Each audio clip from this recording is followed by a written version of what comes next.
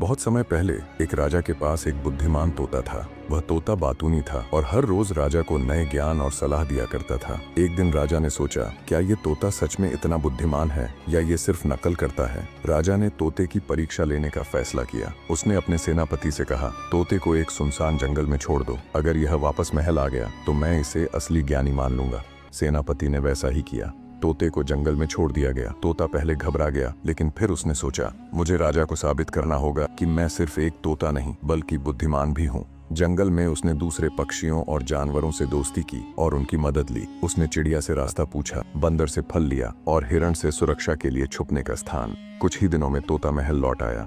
राजा को देखकर तोता बोला, महाराज, जंगल में आप जैसे कई राजा हैं, लेकिन उनका राज्य प्यार और सहयोग से चलता है।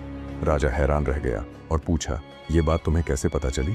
तोते ने मुस्कुराते हुए कहा, मुझे पता है कि आपने मुझे परखने के लिए भेजा था, पर वहाँ के जानवरों ने बिना किसी स्वार्थ के मेरी मदद की। उन्होंने सिखाया कि असली राजा वह होता है जो दूसरों की मदद करे और सबका सम्मान करे। राजा ये सुनकर बहुत प्रभावित हुआ। उसने तोते को गले लगाकर कहा, तुम सिर्फ एक तोता नहीं, मेरे सच्चे गुरु हो। उस दिन से राजा ने अपनी प्रजा की भलाई के लिए काम करना शुरू किया। तोता अब राजा का सबसे भरोसेमंद साथी बन गया।